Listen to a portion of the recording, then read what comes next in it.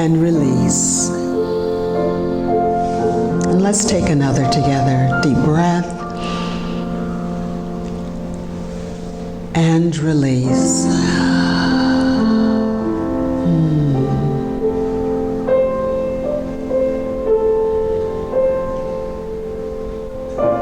We just allow ourselves to relax in this moment. As you sit comfortably in your chairs, allow the chair to support you, your back, your seat, and allow the floor to support your feet.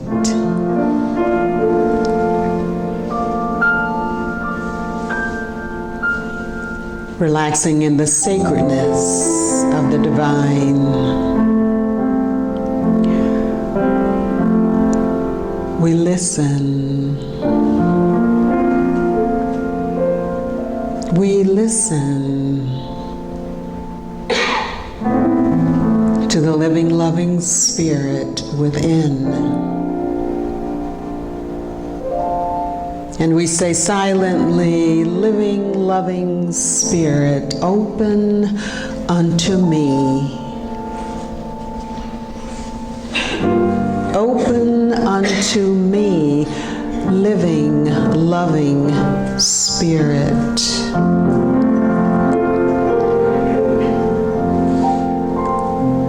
Open unto me, light for my darkness. Open unto me, courage for my fear. Hope for my despair. Peace for my turmoil. Joy for my sorrow. Living, loving spirit, open unto me, strength for my weakness. Wisdom for my confusion. Tenderness for my toughness. Forgiveness for my transgressions. Love for my hates. Living, loving spirit, open unto me. Open unto me thyself for myself. Open unto me. And we allow these words of love and support and knowing of our truth, we allow them to vibrate from within our very physical temples. And we take these words into the silence, into the silence.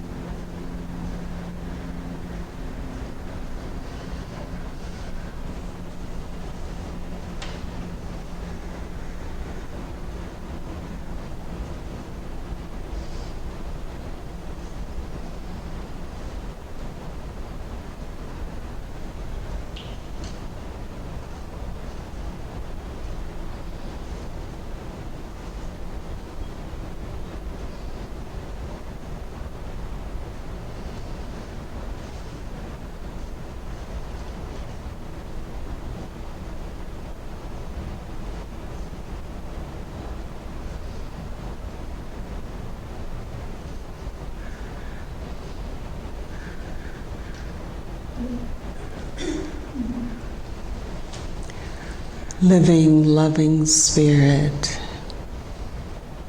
we thank you for this time of grace, this time of peace, this time of mercy. And so it is, and so we let it be. Amen.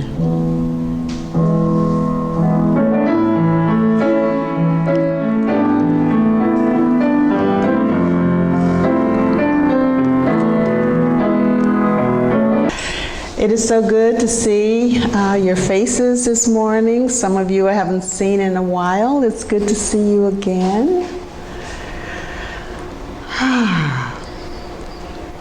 And so our topic today, the title of my talk, is The Divine Gift of Sacred Listening. And Dorothy and Jack were able to prime us for this lesson this morning. And particularly the last song that Jack just sang. Every expression of love matters.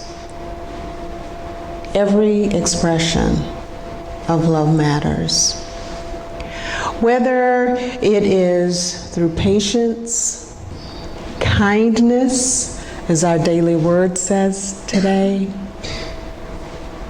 gift giving, or social action, that's an expression of love.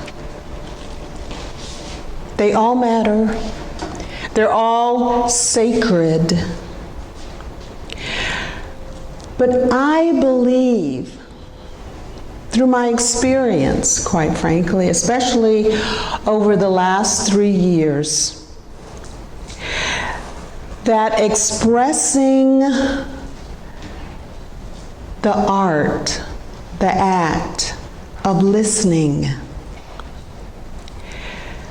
through open-hearted, deep listening is truly the most deeply felt kind of expression of love. My talk this morning was inspired by my studies over the last 3 years of spiritual direction.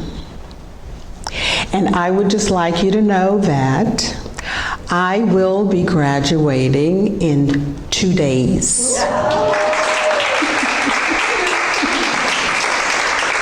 I'll be graduating from the Spiritual Direction Program, which is part of the UWSI, Unity Worldwide Spiritual Institute at Unity Village. It's been online, and I brought some flyers for you to just take. They're on the back table where the requests for prayers are. And on the flyer, I have the Zoom link because the graduation is virtual, just as our classes were virtual. So everyone can have the opportunity to be a part of the ceremony. The other piece of the inspiration for this talk is really from the amazing work of Howard Thurman.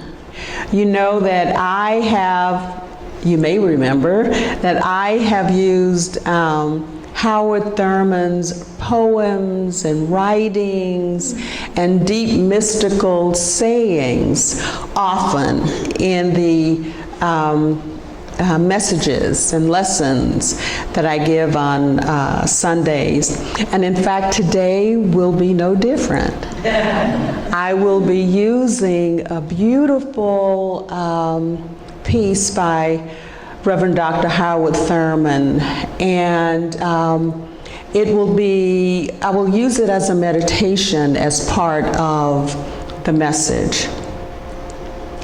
Those of you who do not remember who Howard Thurman is, let me just remind you that he was a brilliant mystical theologian, and he served as dean and chaplain of Boston University a number of years ago. And among the persons that he mentored was Reverend Dr. Martin Luther King Jr. Yes. So Howard Thurman is truly a major voice in the spiritual movement across our country and the world. Just a little bit about the spiritual direction program. It has provided me with the opportunity to go really deep in my spiritual development. And it has served me during one of the most challenging times health-wise in my life. The Spiritual Direction Program is a 2-year program, but it took me 3 years because in the middle of the program, I had two cancer diagnoses. And I did not know that my spiritual journey was going to include cancer. But it did. And how blessed I am because I had the opportunity to immediately apply all of the teachings that I was studying, okay? And it also allowed me to put into absolute action the teachings and demonstrations of truth that our co-founder, Myrtle Fillmore, put in place. We would not be here were it not for the healing journey of Myrtle, Mother Myrtle. And I would possibly not be here were it not for me applying the truth principles that are so important for all of us in our lives. And the other thing that I learned, there are many other things that I learned over the last 3 years, but one of the other things that I learned that's absolutely essential for each of us to take in, and that is each of us is on our own individual spiritual journey, and our journeys are unique. Your journey is not the same as mine.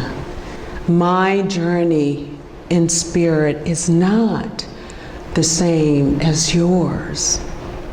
But each of them is important because each of us is important in moving through the lives that we have been blessed with. I am so grateful, so grateful. And I would say that the practice of listening and journeying with another spiritually involves more than anything else listening. deep, objective, sacred listening. Being present to another person is one of the most sacred gifts that you could ever give another person. And when another person asks you to journey with them, it is the most sacred gift they could ever give you. That opportunity to be present.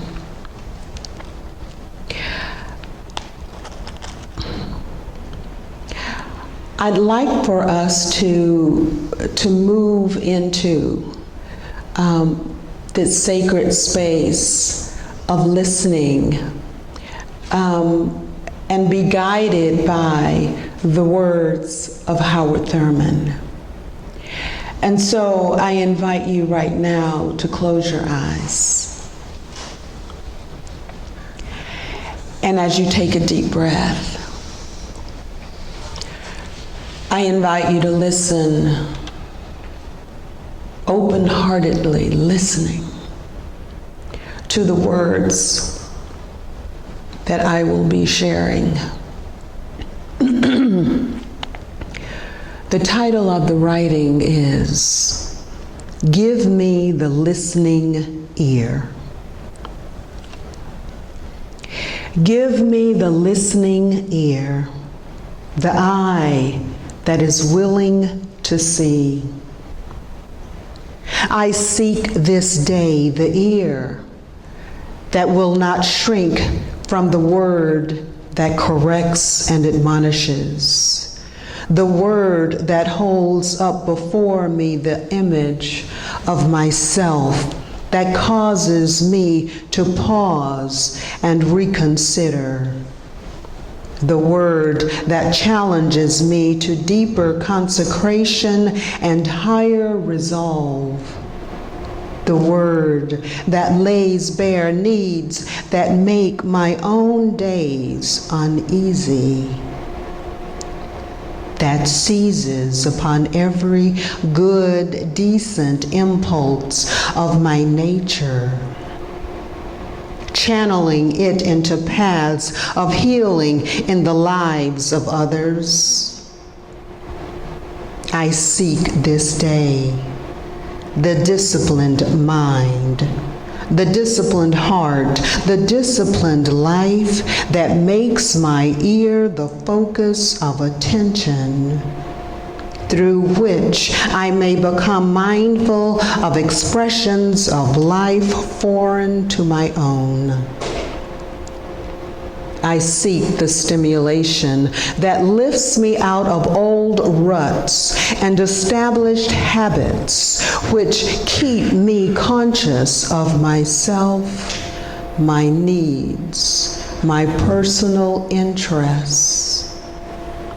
Give me this day the eye that is willing to see the meaning of the ordinary, the familiar, the commonplace, the eye that is willing to see my own faults for what they are, the eye that is willing to see the likable qualities in those I may not like, the mistake in what I thought was correct, the strength in what I had labeled as weakness. Give me the eye that is willing to see that thou hast not left thyself without a witness in every living thing, thus to walk with reverence and sensitiveness through all the days of my life. Give me the listening ear, the eye that is willing to see.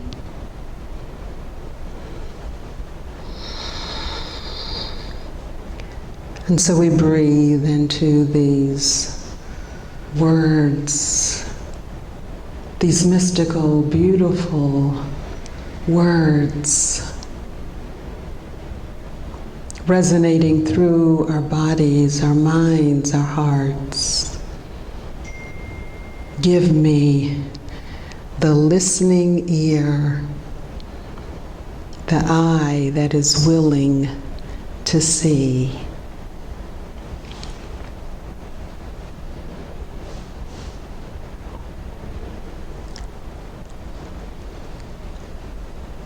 And you may now open your eyes, continue to feel the vibrations of those words. The sacred gift of listening expands our awareness to the point that we have eyes to see the invisible, as well as ears to hear the unspoken. When we listen to another with our full presence, we are offering a gift of acceptance, appreciation, and compassionate curiosity. And in this sense, as the listener, our goal is to hold a space of loving energy where our companion can freely speak about their thoughts and feelings, as well as a space where we can be comfortable, they can be comfortable, not speaking. Silence is golden, and it should be embraced. When we are in conversation with another person, whether it is family, friends, co-workers, teacher, minister, regardless,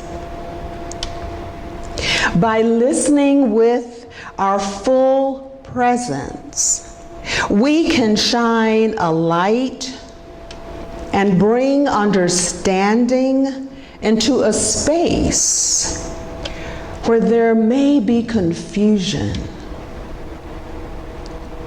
or misunderstanding. We can be the example for how the conversation can shift for the better. I know this has certainly happened to me. It happened to me not too long ago, and I won't go into detail. But by listening, by just pausing and taking the time to listen, the conversation shifted. And love began to flow, and understanding was brought into the midst of where there had been confusion. Kay Lindell, the founder of the Listening Center, said this: "Listening is an art, more than hearing words and more than an act. When we are fully present, it's a shift from listening as an act, something we do, to an art, something that we be." In other words, when we listen with total attention, focused on the person speaking, we can feel a sense of connection. We can feel that oneness that we talk about in unity. We can actually feel it, experience it. So we see that listening is a sacred gift. and the spiritual tool that we can use, each and every one of us. And we can practice to create trust and connection in relationship with others and ourselves. When we give ourselves the gift of listening to the still small voice within us, we are, as Howard Thurman said in his writing, giving ourselves the eye that is willing to see our own faults for what they are, the eye that is willing to see the likable qualities in those we may not like, the mistake in what we thought was correct, the strength in what we had labeled as weakness. Deep listening incorporates what Kay Lindell describes as listening to another's soul into a condition of disclosures and discovery. And, she said, it may be almost the greatest service that any human being ever performs for another. Isn't that powerful? And similarly, David Augsburger, a Mennonite minister, said this: being listened to is so close to being loved that most people cannot tell the difference. The ache to be heard lives within everyone. Isn't that the truth? Each and every one of us wants to be heard. We want to be listened to. So as we are given the gift and we receive it, then we are also able to give that gift. Yeah. That's what I have been studying and practicing. Deep listening. Being present to myself and to others. I love both descriptions of deep listening. They resonate with me because when I have been in a spiritual direction session as the directee, the person who is speaking, I have felt so much love and respect and presence coming from my spiritual director. And at the end of the sessions, I have known for sure that I am loved and respected. And know that whatever I shared in those sessions was going to stay in the sessions. And also, there would be no judgment. No judgment. This is what I have been leaning into and learning. And I wanted to share that with you this morning. So part of the sacred gift of listening is the silence. It's the silence. Listening to another requires uninterrupted silence. There's no thinking, oh, what is she going to say next so I can say what I'm thinking. There's none of that. There is none of that. In the silence, we begin to listen. Being present is about listening. And in listening, we begin to honor and respect the other. One final quote, and this from Marian Wright Edelman, who was the founder of the Children's Defense Fund. She said, "Learn to be quiet enough to hear the sound of the genuine within yourself so that you can hear it in others." Learn to be quiet enough to hear the sound of the genuine within yourself so that you can hear it in others. So you may be asking yourself now, okay, Rev Jackie, now how do I learn to listen like this without forming my own thoughts and jumping into judgment?